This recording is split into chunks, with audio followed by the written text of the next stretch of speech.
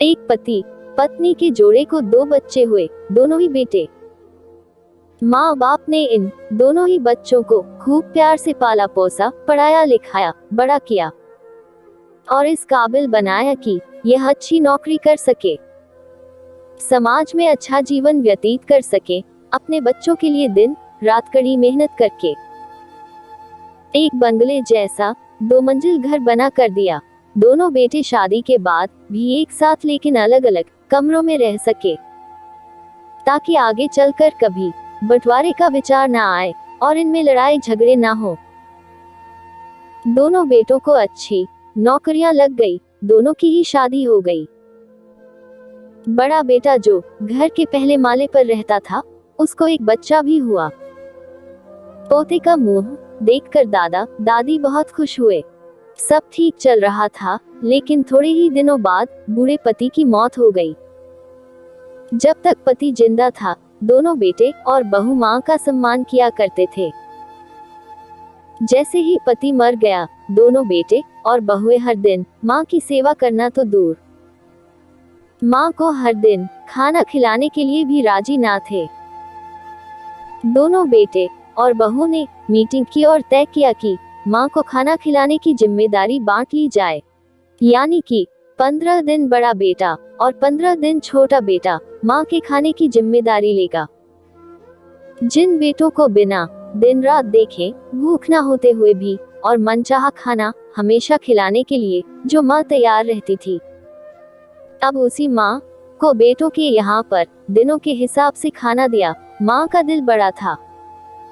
मां को इस बात की खुशी थी कि वह जैसे भी हो अपने बेटों के साथ रह रही है, और इसी खुशी के कारण बेटों के द्वारा दी गई रूखी सूखी भी उसे किसी पकवान से कम न लगती।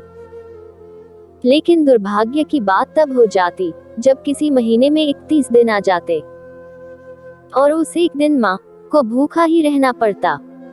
एक बार जब बड़े बेटे के यहाँ 15 दिनों तक खाना खाने की बारी चल रही थी, तब बड़ा बेटा अपनी बीवी और बच्चे के साथ कहीं बाहर किसी फंक्शन में जा रहा था। माँ से कहा, माँ जी आज खाना नहीं बनाया है, हम बाहर जा रहे हैं, वहीं खाएंगे, आप अपने लिए कुछ पका लेना और खा लेना। बूढ़ी माँ ने कहा, लेकिन बेटा मुझे तो गैस चलाना नहीं आता।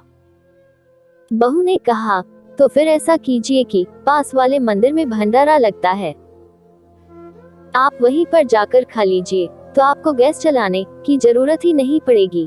पास में ही खड़ा बेटा और पोता यह सब सुन रहे थे, लेकिन कोई बूढ़ी माँ को भूखा ही छोड़ बेटा और बहू फंक्शन में निकल गए। माँ को थोड़ा दुख तो हुआ, लेकिन फिर अपने आप को यह सोचकर मना लिया, ठीक ही तो है, कभी कभी बहू को भी घर के काम से आराम मिलना चाहिए, और भगवान का भंडारा खाने का सौभाग्य किस्मत वालों को ही तो मिलता है। खुशी खुशी मंदिर में जाकर भंडारा खाए। कुछ दिन ऐसे ही बीत गए।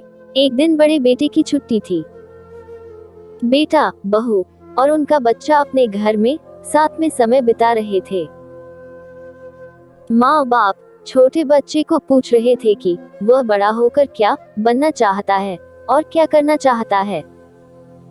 छोटे बच्चे ने बड़े ही सरल भाव से माँ बाप को उत्तर देते हुए कहा, वह बड़े होकर वकील बनना चाहता है, उसकी इच्छा इस घर से भी बड़ा एक घर लेने की है, लेकिन वह घर मंदिर के पास होना चाहिए। माँ बाप ने पूछा, घर के पास मंदिर क्यों होना चाहिए? तब बच्चा माँ बाप से कहता है, घर के पास मंदिर इसलिए होना चाहिए ताकि जब मैं बड़ा होकर किसी फंक्शन में बाहर जाऊं तो आप दोनों को ज्यादा तकलीफ ना हो। मंदिर नजदीक रहेगा तो आपको ज्यादा दूर जाकर भंडारा नहीं खाना पड़ेगा। मासूम बच्चे का ऐसा जवाब सुनकर दोनों ही के पैरों तले से जमीन खिसक गई। उन्हें अपनी गलतियों का एहसास अब जाकर हुआ था, जो उनके 5 साल के बेटे ने पहले ही कर लिया था। दोस्तों, दुनिया के हर माँ बाप यह सोचकर अपने बच्चों को बड़ा करते हैं कि वह उनके बुढ़ापे की लाठी बनेंगे, ना कि वह लाठी बनकर उनके ही पीठ पर बरसेंगे। इसलिए हमेशा याद रखो कि दूसरों के साथ वैसा ही बर्ताव करो जैसा तुम चाहते हो कि बाकी लोग तुम्हारे साथ करें। दोस्तों, ऐसी ही ऑसम कहानियाँ पढ़ने और सुनने के लिए हमारे चैनल ऑसम कहानियाँ को प्लीज लाइक करना और अपने खूबसूरत दोस्तों के साथ शेयर करना और सब्सक्राइब करना। धन्यवाद।